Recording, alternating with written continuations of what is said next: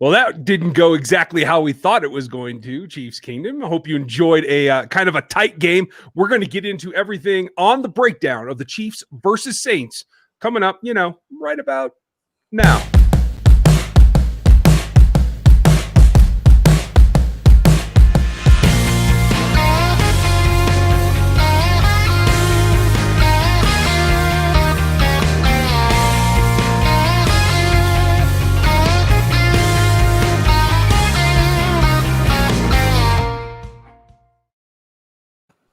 Welcome back to win number 13 and 1 now on the season. I'm Ryan Tracy, your host here and founder of Rogue Analytics. He's Dan Harms. How are you feeling? You look mellower than me. Dude, I honestly had zero stress watching that game. It was a great game to watch. I had a lot of fun watching it, and I picked the Chiefs to win 28-24, and it was gonna be a close game. So they found a way to get out with the win against a really, really good Saints team. And I honestly thought that the score did not indicate how good both defenses played in this game. It was a very good effort on both ends, really good pass coverage from both defenses. They did a great job. Mahomes was frustrated. Obviously, the offensive line had some issues expectedly. Fisher's clearly still hurting. Oh, yeah. And, I had a lot of fun watching it. And, I felt playoff atmosphere football. That's what it felt like to me. And you could see it on the field with the chippiness and the back and forth with Sammy Watkins and Chauncey Gardner-Johnson. That was pretty awesome to watch. So, I had fun. I'm glad that you did. I didn't care for a couple of things, made me a little bit nervous. So I'm sure a lot of you feel the same way. Before we get going, we're going to get into some of your thoughts, and Dan and I are going to go over our game notes. Want to shout out Keaton Ward, our newest member. Thank you, Keaton. Roster here. We'll have a member video this week that I'll do for you guys, and then with the holiday and everything, we'll get back to the live streams and Zoom meetings following the holidays. We'll get back on track there. Finally got a hold of Gooch. Hope you're in here, Gooch. And everybody else. At the same time, there's a lot going on. If you want to help the channel, you want to contribute to us or help us out, you can always super chat, and we appreciate that very much. We do most of it on Monday nights, so you can contribute and do that, and we'll get you an answer to your question. That's all fan questions tomorrow. Tonight, we'll try to steer by what you guys are talking about, but we have a lot to go over ourselves. And your impression, first and foremost, Dan, I was surprised. I'll be the first to admit, and everyone who's on here who's ever seen me talk about Wisniewski before, he's only ever played on the left. I was taken aback that he moved over to the right. I was pleasantly surprised, though. The right side of the offensive line wasn't terrible. Him and Wiley, I tweeted this out. Wiley quietly played pretty well at right tackle, and they played Cam Jordan over there a lot. He was doing pretty well against Cam Jordan, guys. Like, he was holding it down a little bit. He looked actually better there than he has at right guard all season. So that was how I took away from that. Obviously, I think that Fisher's injury was one of the big reasons he was continuously getting forklifted, and he was getting pushed back really quite easily. But when you're getting your back lifted up like that with a back that already hurts, yeah, I would imagine that's probably not going to be a great feeling. Yeah, Hendrickson is not the end-all player that he appeared to be in this game. I think a lot of that goes to show you exactly where that matchup was. He's having a good year, though. Henderson's playing very well this year. Yeah, but he's not a world beater, is my point. He's pretty good technically. I feel like that he gets the job done when they need to, but he shouldn't be somebody that's dominant over a tackle of that experience. And there went one of my lights. That's always fun. I think he definitely took advantage of the back with the multiple forklifts that I saw him trying to execute against Fisher. Yeah, and that's certainly the way it was. I'm going to fix this light while you tell everybody exactly, what was your impression of the rest of the five, and were you surprised with the lineup that they went with? So I was initially a little bit surprised because when we watched the offensive line in practice, and we've seen in this over the season, obviously switching Wiley from guard to tackle was a little bit of an interesting note. But I did think that initially we were going to have some of the offensive line earlier in the week. I did think we would have Wiley at tackle. I thought he'd be playing a left tackle. So seeing him at right tackle wasn't necessarily a huge surprise. I guess that just really goes to show you they did not feel very comfortable with Durant playing a full game against this front of the Saints. And I don't disagree with them in the slightest. He's a rookie, and he did not play very, very well in the limited snaps that he had. So all everything you're looking at from this offensive line, it's patchwork. It's a patchwork offensive line. You're with an injured starting left tackle. So, I mean, coming into the game, if you would have told me that the offensive line we had was what I had predicted, then this is pretty much what I had felt was going to happen. Lots of pressures. Mahomes got beat up quite a bit. And, Fisher didn't look himself because he really wasn't himself. And maybe getting this win will help them do some different things to help rest him down the stretch, because they're going to have to, I think. Yeah, lock it down a little bit. The only thing that really concerned me was allowing that double crunch hit. I mean, clearly they talked about it on the broadcast. We don't need to go rehash it, but that's a problem, and that's something that can lead to bigger problems down the line. The other thing that Gooch brings up very well, and thank you for the super chat as always, Mr. Gooch. I am concerned about it as well, and I'll chalk part of it up to just trying to make a play. But again, I thought and I tweeted this at the time, I thought he had gotten past the fact that he's not McCole or Tyreek, and he can't accelerate like that. No. Yet he threw that right out the window. That could have been 7 points. That could have been very costly. Should have been 7 points. Not even could have. It should have been. The Chiefs got extremely lucky that the defensive player just rolled over the football essentially and didn't get a touchdown. And I tweeted this out as soon as I saw Demarcus Robinson run backwards with the ball in his right hand, way out from his arm. You can't do that. I don't care who you are. Do you see all of these? Do you see Tyreek Hill doing that with his right arm with the football? Hey, waving it out here like he's just able to get away from. He's able to get away from guys, and he doesn't do that. Right. Demarcus Robinson needs to be gone. There's no excuse for that. Okay, so you guys agree. I wouldn't argue with it. I just don't think it's going to happen. I think not going to, but I don't. I have absolutely no. I got no more patience with it. I got none. Yeah, and that's fair. I don't think that you should have, because I'm looking at my notes, and unfortunately, I have some ups and downs. McCole had an up and down game, some good and some bad. I see nothing but bad on my notes for DeMarcus. Yeah, he went backwards. And if you don't have redeeming value, yeah, even if if you don't have redeeming value, yeah, I mean, the first catch, man, he's still trying to do it. And we've talked about it over and over. We don't mean to hit you guys over the head with it. We'll move on. But yeah, I think we're all seeing the same kind of things. And Gucci had another good point. Wasn't even practicing his bullfighting technique. It's a good way. Like it's hard to do without a cape, from what I understand. But there are times I felt like he stuck with Cook a couple of times at least. Or again, like we talked pre-snap, and they did a very good job. The broadcast. Thank you for making our point that. If the Chiefs were able to play press man and be up close to the line of scrimmage, they were good early in the route. What you saw against Snead, who I think I gave him my game ball on Locked On Chiefs tonight, you guys. That pod dropped. You can go down on that if you want. We'll go through it with Matt Derrick. But I gave him my game ball because, yes, he allowed that touchdown. He got turned around. That wasn't his greatest play. That was definitely on him. Not a big deal. I can't remember that receiver's name. It always stretches out for me. Humphrey, I think it was. He's not somebody that exploits good corners. So that was a breakdown on Snead's part. The rest of that game was tip top for him, and I was really impressed. He was so good.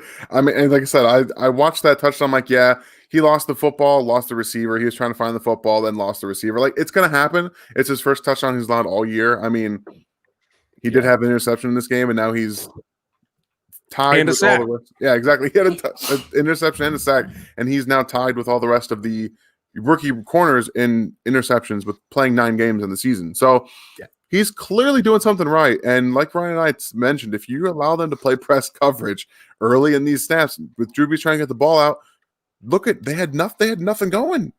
They had nothing going.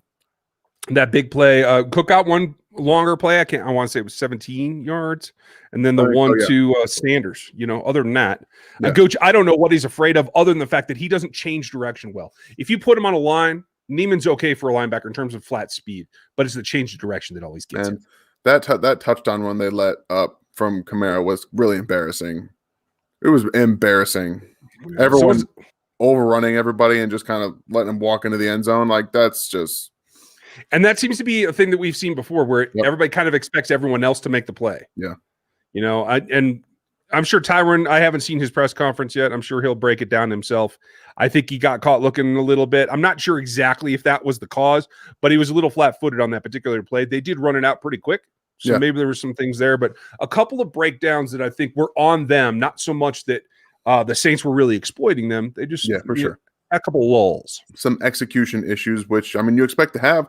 They played a really, really good game. They forced a bunch of punts, and they got 3 and outs throughout this game. And I think that you're playing a guy in Drew Brees who, he's playing hurt, but he's one of the smartest quarterbacks in the NFL. So he's going to figure things out. He gets the ball out quick, and yes, he dumps the ball off a lot because they get their players in space. So that's what they want to do, and eventually they're going to get theirs. That's just kind of how I felt about this game, and I really think that the Chiefs did a very good job defensively of making him get the ball out before he wanted to a lot of the times earlier in the game, and then playing good enough coverage on the back end to really solidify when he threw the ball. There was nowhere really to go with it. And I'll tell you this too. I thought the blitz was effective from Spags tonight. I don't think they're going to be able to get to the point where they don't have to. And so when we see this team down the line, because I expect to see this team in January again, I think that you have to be careful because Thomas will be back. They lost another receiver tonight that's been doing fairly well for them. There's still tools up there. So they have to get more consistent and more, as we've been saying, out of the 4-man rush. But they have to disguise and change up the blitz a little bit as well. Yeah, that's going to be something. I feel like if we've seen the same blitzes for the last 3.5 weeks or 3-4 weeks, it's just always the same kind of things. Every once in a while, you get a defensive back off the edge, and luckily, Snead was able to get there because they did such a good job in the back end, allowing him to get there. And then you see Neiman kind of run off the edge a little bit every now and then, kind of not knowing what he's doing because he's confused. So, yeah, I mean, I feel that they're going to do some different things, especially with Gay in the playoffs, that will surprise some offensive lines, I think. Yeah, and he did get some nickel snaps. That'll be one of the things that I look at this week. Lucky Croc, you have a very good point. Thank you for the super chat. I wouldn't call it hurt. He's certainly banged around. I think I saw what you're talking about there late in the game. It was kind of a hitch in his giddy up a little bit, but he was still able to scramble. He was still able to deliver the ball. I don't think this was his most accurate game, to tell you the truth. It really wasn't. A couple of really nice catches from Tyreek, from Kelsey. That thing to Hardman was incredible in the back of the end zone. So much so that if you go watch the replay, Sammy runs through and then turns around and says, "Oh, was there a ball?" Exactly. He was like, "I can't get that." And then, "Oh, wait, Hardman's right there." Like, he just happened to see it. Like, he did not expect anyone to be there, much less catch touchdown. Like, that was just, it was very reminiscent. It was pointed out to me on Twitter of the Aaron Rodgers touchdown throw last year in week 9 that he just kind of fit it behind Neiman. It's just one of those areas that you find a harder quarterback and find that spot there with someone coming open, but he just does a great job of leading him for the first 4 or 5 seconds and just kind of laying it out there. Oh, and that one where he scrambled and was running and stopped. And stopped and came back up. Yep. Yeah, that was impressive as well. Yeah. But all that said, Lucky, that goes to show that, like, he can take a little bit of a beating. He's still a super young quarterback. I think sometimes we forget that. But we can't allow that to pile up. Yeah. That's the big concern. So, good point. Gooch, thank you again, as always. And you bring up another good point. And I think what it comes down to, we saw him in the nickel last week. We saw him in the nickel a couple of times tonight. I don't know what the snap count will be there, but I'll take a look. But I think the key is peppering him in to give him a little bit of experience with that look without asking him to take Cook like one-on-one. Jared Cook runs pretty decent routes. He can get away from smaller safeties. That is a bit of a taller order, I think, to put Willie out there and try to ask him to do that. I think that will be his role eventually. Yeah, it's been something we've talked about multiple times. I just don't think they feel comfortable with him in a full on-the-field situation. It's just not knowing enough of the playbook, and that's the biggest reason that Ben Neiman's on the field, because he's one of the smartest linebackers, according to them, on the roster, and he knows the whole playbook. That's why he's got the signal caller when he's out there as the dime backer or a nickel backer, because he knows the whole playbook. So that's really what it comes down to at this point, is knowing where you're supposed to be compared to not knowing. Yeah. Chris, I agree with you. I think Snead is progressing rather quickly. If we hadn't seen that number of games where he missed, I know you think he's the number 1 CB already. Breland almost had a nice breakup, by the way. Man, that was good. I want to toot his horn a little bit, but I mean, he could be pushing towards one of the better corners in the division in a year or two if he continues this progression. And I do want to say that it's not just, I saw a step forward in terms of his pass rush tonight as well. I don't want to let that go because, especially as we see now, it's the DB pass rushing ability is important to this team. Cole, I'm not sure what the touching rule is. Technically, I thought that was a fumble that Patrick kind of pushed. Yeah, so that's what it looked like to me. Okay. And so then, technically, that should have been a catch and downed right where it was caught. You can't advance it. You can catch it. So, I mean, that's what they were trying to figure out. That's why it was a little confusing that Peyton didn't challenge it, because by the looks of the replay, you can kind of see that ball is coming out and flying around. And I guess they just didn't feel comfortable enough to challenge it because they would have gotten the ball right there. Yeah, absolutely. Man, you guys are doing a very good job of bringing up super chats that hit all of my notes. You thought Bell played pretty well tonight. I agree. Do you think that they'll be more involved in the playoffs? What we got so far that I've seen report is that X-rays are negative on Clyde. That's good, but we are not out of the woods by any stretch, folks. When I saw it, I told the wife there on the couch, that's a groin tear. Yep. That's my big concern. What it looked like. I mean, it could be a hamstring too. I know they're kind of clutching the back of his, but I think somebody landed on him from what I saw, and I think that's why they needed to do the X-ray to kind of rule it out. Yeah, you had you had his right knee bent, his left leg extended, and then he's coming down on that as well as being bent backwards. There's a lot going on right there. So I definitely, groin was the first thing I thought of, and that's what it looked like to me. Obviously, we won't know. The best case scenario, maybe it's a strain.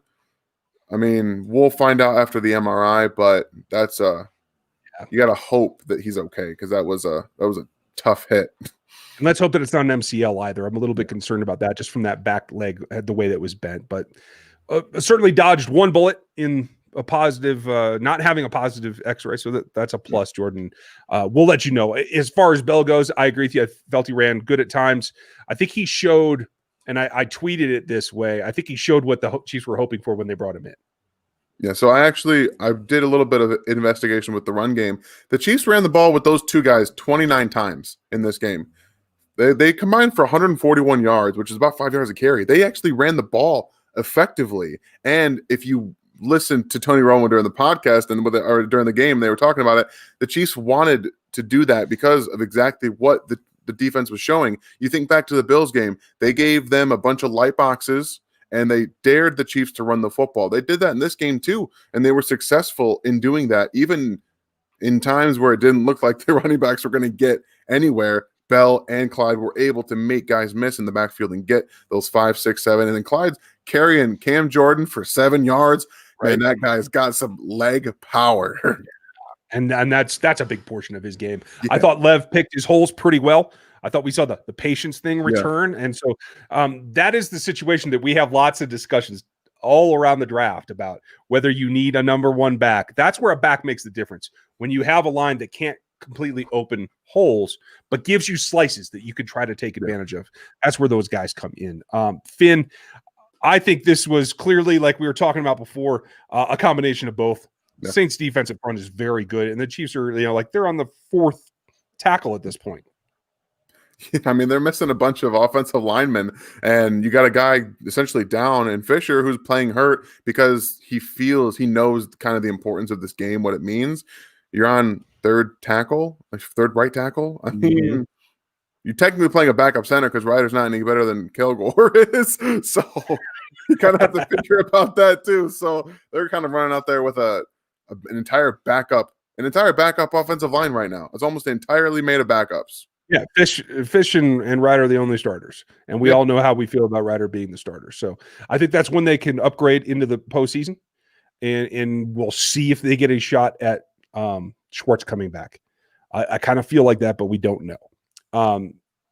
Gooch, good point. No Frank for the Saints. I don't know. How do you feel? I don't have words. We talked about how fast Drew Brees gets the ball out. Yeah. And we've also mentioned how Frank Clark's pressures typically aren't going to be within that first 2 seconds. Even a lot of Chris Jones's pressures lately have not been in those first 2 seconds. A few times he'll break through, but he's getting doubled quite a bit. And guys can't win out one-on-one in this defensive line. Tershawn Wharton was getting held like nobody's business, but he was still getting pressure. And Frank Clark actually helped cause that interception. Mm-hmm. He forced Drew Brees to throw that ball before he really could, and it floated up there, allowing Willie Snead to go, or I did it again, L'Jarius Snead to go and get it. So blueprints, his fingerprints are going to be on it in different ways.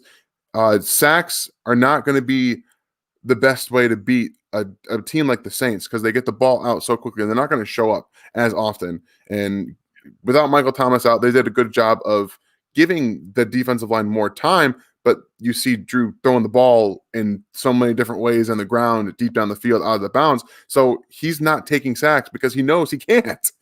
Yeah. I mean, he can't take the punishment at all. Yeah. So, I mean, and I will say this. I think Frank, as a motivational guy, as the leader of that front, I think he elevates them. I was pleasantly surprised tonight to see the whole D-line elevate. Yeah, they look better. I thought K-Pax played a pretty good game when he was in. I noticed him multiple times. Obviously, Chris Jones is Chris Jones. Still that silly penalty. Got to be smarter about that. But I feel like he pushed him, man. I can't even believe they threw a flag on that. That wasn't even close to roughing the passer. Yeah, but he's a 40-year-old quarterback that's going in the Hall of Fame. You know the refs are going to protect him. In the shoulder pads. I'm not saying the letter of the rule. I'm saying you got to expect that from the refs. It's ridiculous. So, I mean, yeah, I'm with you.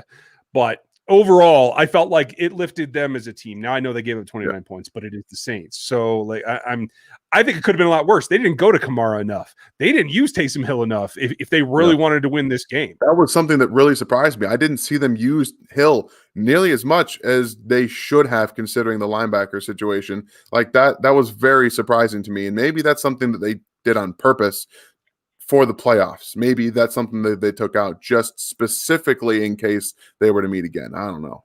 It could very well be. Okay, I'm trying to hit all the super chats, folks. We're going to speed this up, and then we'll wrap it up so we only go about half an hour tonight. Frederick, was that Mahomes shaking Jordan out of his boots to the top 5 plays ever? He's got a lot of really good plays. I don't know that I'd put it up there. It was really good because then he hits Watkins for like a 30-yard gain. But, I mean, probably not top 5. Yeah. Thank you for the super chat. I'm going to hit all of you super chatters right now. Not driving myself, but driving crazy. Okay, the offensive play, it is up and down. There are moments like I had hoped this was going to be more. Oh, by the way, they did run the option and it worked flawlessly. And I thought they would hit that more often. I think they're still hunting and pecking, trying to find what they can do and feel really confident when it comes to the postseason. So here's something to think about for this game, you guys. Coming into this game, the Chiefs struggled to run the football. They struggled in the red zone. They ran the football effectively, and they were 4 out of 5 in touchdown conversions in this game in the red zone. That is kind of how you should really look at this when it comes to the offensive output, because the Saints did what you would expect them to do, is take away the deep ball. They played a lot of 2 deep safeties, and they forced Mahomes to take everything underneath. They got pressure. So they were able to get in the red zone, they executed, and they ran the ball effectively. And I'll have to look at the actual matchups with Lattimore versus Tyreek, but you didn't slow Tyreek down a whole lot. Not a lot of yardage, but I don't think you played him that much. Yeah, I was just gonna say, I think that was probably smart on his part. Frederick, good question. That looked like concentrated Gatorade to me. I know Dr. Chow, I know, said online that he thought it was pickle juice. That is something. It sounds silly, right? But pickle juice is highly acidic, and it has a ton of salt, and it's something that they actually do use for cramps. To try to rehydrate muscles. Yeah, I think he was laying down on that bed when he did it, so it would make sense if it was pickle juice, considering if they were worried about a cramp or something like that. Yeah, and they were using the Theragun on him at the time as well, so that also is an indicator of tightness in general. So I think they were just trying to stave that off. Good point, you guys. We do have a great crowd in here. For all of you who are new, welcome to 630 people in here tonight. That's awesome. I know. Yeah, it's great to see everybody. So cool. For those of you new to the channel, click the sub button, then you'll know when things come along, and that bell button will do that too. And for you members, I know there's tiers of memberships. The first one's in there, at the chat level, and then you get bonus videos, and then you get bonus live streams, and then you get bonus videos where you can hang out with us. And the Zooms are actually really cool because we have the whole staff on there, and that's always fun. Let's see who's next. Iron Prince, how are you? Hardin Robinson, yet we practice. Yes. It's just the process of the practice squad roster rules this year. I don't read too much into that. Pringle will be back, and I think he's still coming back, even though he's off IR. So, But thank you, Iron Price. And Eric, thank you very much as well. Hopefully Darwin can go. We'll need the depth. Yeah, I know it's strange to see. Like, I didn't feel that Daryl had the most optimal opportunities tonight. When they needed to run them, they did, but he ran into some thick defenses. When you look at what Bell and Clyde were doing, they were making guys miss to get a lot of the yards they got. That's not something that Daryl does very well. He's a one cut back, like pretty to the T. He makes that one cut and he gets upfield, and there's just not much cutting to do when there's nothing there. Well, and I put it this way to the wife. Clyde and Lev can make things happen. Daryl needs a hole. Yeah, he does. You know, and that's fine. There's nothing wrong with that. That's the way that he is. He's a big back. Yeah, I'll take that every day and twice on Sundays, like today. Hooch, here's the problem with Brees not getting it out. Theory, how many dropbacks did Brees have? Where I counted 3, 4, and 5 seconds. Well, that's a good point. I'll have to look at his average because I wasn't counting it. I was mostly watching the secondary. When you have maybe 4 or 5 plays that he was able to stay in there for 4 to 5 seconds, that doesn't negate the fact that he still was trying to get the ball out quickly, and a lot of times he just wasn't able to do it. Yeah, and credit the pressure, because when he did, sometimes it was off target, and that really helps. That helped Iron Price, welcome to the clan. Connor McLeod of the Clan McLeod. I'll try not to get into the Scottish accent too much tonight, you guys. I am, by the way, speaking of the UK beers, if y'all looking for a Christmas beer, Winter Welcome from Samuel Smith's is incredible. One of my all-time favorites. It's on hand in December every year. So Mahomes might have locked up the MVP. Rodgers only has 1 win against winning teams. And Info, you hit me up about this during the week, and I didn't get a chance to get back to you. And that's fair. And especially when I'm on the national show on Locked On NFL, I try not to be the homer. And I try, me personally, you don't get to choose your schedule. So I try not to harp on that. No. You are correct. That is a legitimate gripe. But I try not to point that. I try to take it as you can only play the games against the opponents that you have lined up. And I try to analyze that. Yeah, I think that it's going to be difficult. I think that they have their work cut out for them with the MVP, because these guys have such close statistics. You know, yeah, Mahomes has a bunch more yards.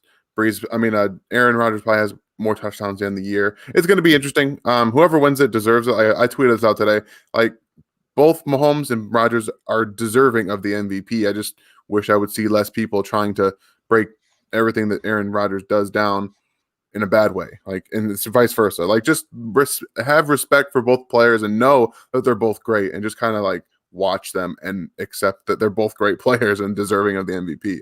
Yeah, and get W's. At the end of the day, that's what it's all about. Jimmy, no. Traverse Ward cannot play safety. He can barely play corner and off man. So let's not project. It is not that good. What he did is he had his strength tonight where he could play up close to line of scrimmage, get his hands on routes early. That's great. Built for him. Honestly, they need to do that every week with him. He looked good this week, and you know why. Yeah, exactly. And so, no, you don't want him in space. Fenton, however, is a guy that I think if you had to put him in space, he could make it work. Definitely. He's played safety a little bit here and there. Mm-hmm. I don't think it's his strength. No, but he can finagle it around. But when they do those nickel drops that drive me insane, a lot of the times it's Fenton. It is, too. And you can tell that it's like not the same as with Matthew there. He's just kind of like there. You're not sure if he's going to make a play or if he's going to have someone run by him. But it's, for the most part, they do it and they get to the quarterback, or they make him make something odd. So it is what it is. Yeah. He makes it work. He does the best with what he's got. And that's what it comes down to. Was Thornhill out there, though? Yeah, he didn't play a ton. I want to say it's probably 40-ish% is my guess. Did you have a take on that, Dan? That's about what I thought, too. He was out there for a lot of the game. It just kind of didn't see him around the football very much, but I know that he was in there at the end a little bit, just because deep safety, you have to kind of assume they're going to try to throw the football a little bit down the field. So I noticed him out there a little bit at the end, but majority of the game, they didn't necessarily need a huge free range safety. Yeah. And thanks for pointing that out, Joshua. I think I took it as a good sign because we didn't see him, which means he was playing deep where he belongs. So yeah, I was taking that as a positive. Oh, thank you, Brian. I appreciate that. Let's all go rogue because things are fun when you're out there on the edge, Just doing whatever you want. doing what you gotta do, right? Everybody go watch Heat and you'll see why I picked that name. Kyle, thank you for the super chat. Why are Hardman and D-Rob not calling fair catches? They've been too many close calls and nearly cost us 6 tonight. You're absolutely right. And it's because Dave Tobe sees this as an opportunity to make a play. He's one of the more aggressive special teams coaches out there. He usually has them run kicks back too when we would rather them not do it. He prefers to get his guys chances to make plays.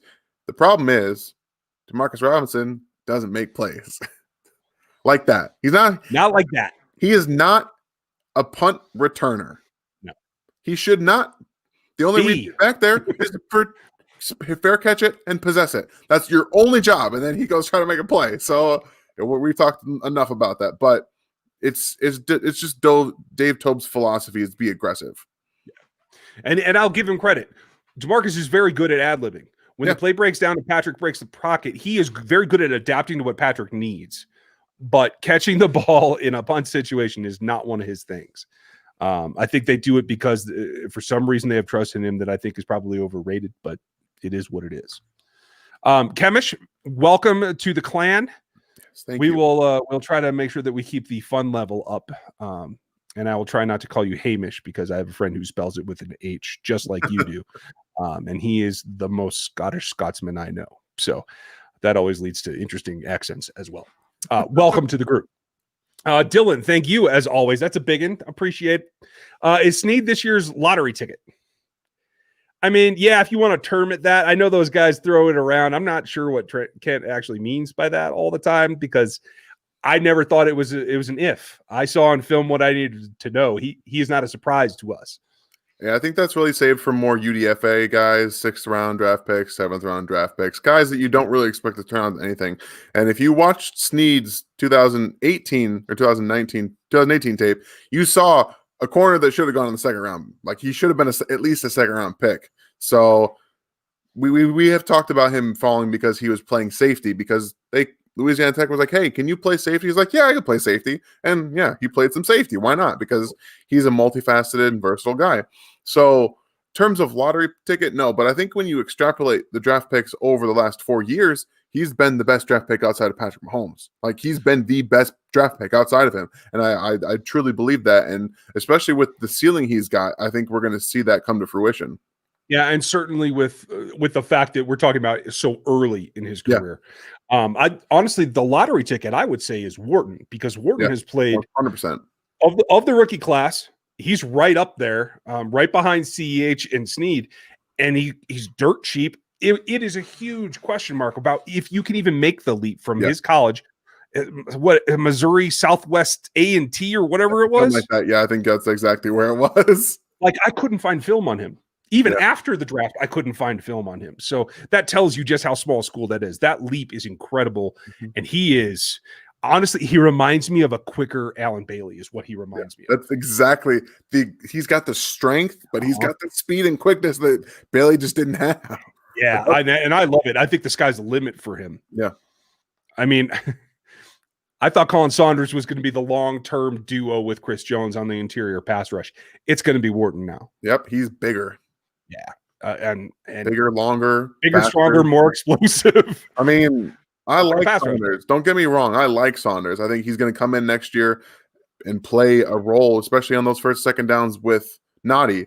I just don't think his pass rush is where Wharton's is. I think he's a class ahead of Saunders, and I thought that would be reversed coming into this year, considering what I've seen, at college. But just thank you, Ryan. Missouri S&T. Yeah, thank you, Ryan.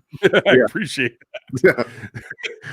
I don't know. I can't keep up with it, Spicy. I apologize to anybody who's an alum from Missouri S&T. I apologize. Last question, because I know we're over time already. What was the purpose of putting Baker on the roster? My hope is that when we look back at the snap counts tomorrow, that I totally missed it, and he played at least a few snaps on special teams.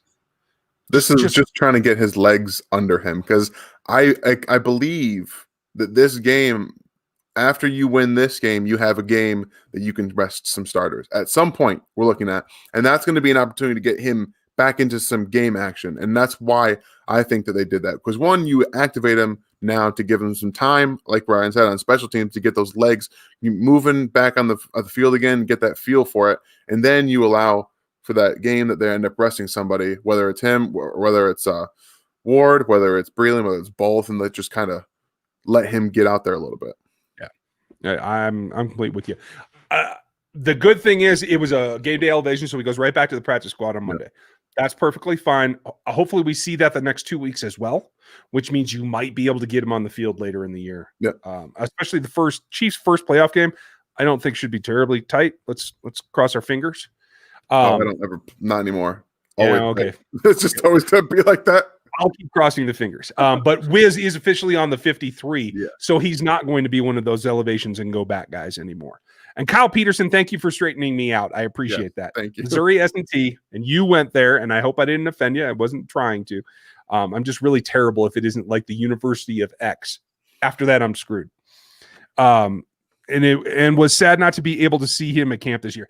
That's true, but hey, I mean, let's just throw off everything about 2020 as being unique. We could try to regroup next year. Hopefully, post vaccines, everybody's good to go. I am making plans to go to camp next year. Dan will be a lot closer, so maybe we can get him to show up. I will definitely, if we're allowed to be there, I will be there. Nice. And we hope that you guys are too. We'll call it there at this point. We've gotten all the super chats, and we appreciate all of you for helping us out tonight. All of you new members, there'll be something. Tuesday is member day, and tomorrow night is your night. It's all Q&A for your questions tomorrow night. Thank you to Aaron. Jeff couldn't be here tonight, to Danilo, and for both of us. Dan, thanks for your time, and say hi to the family. Will do. You guys have a great night. It was a lot of fun, like it always is. All right. Enjoy this next one, and we'll talk to you tomorrow night.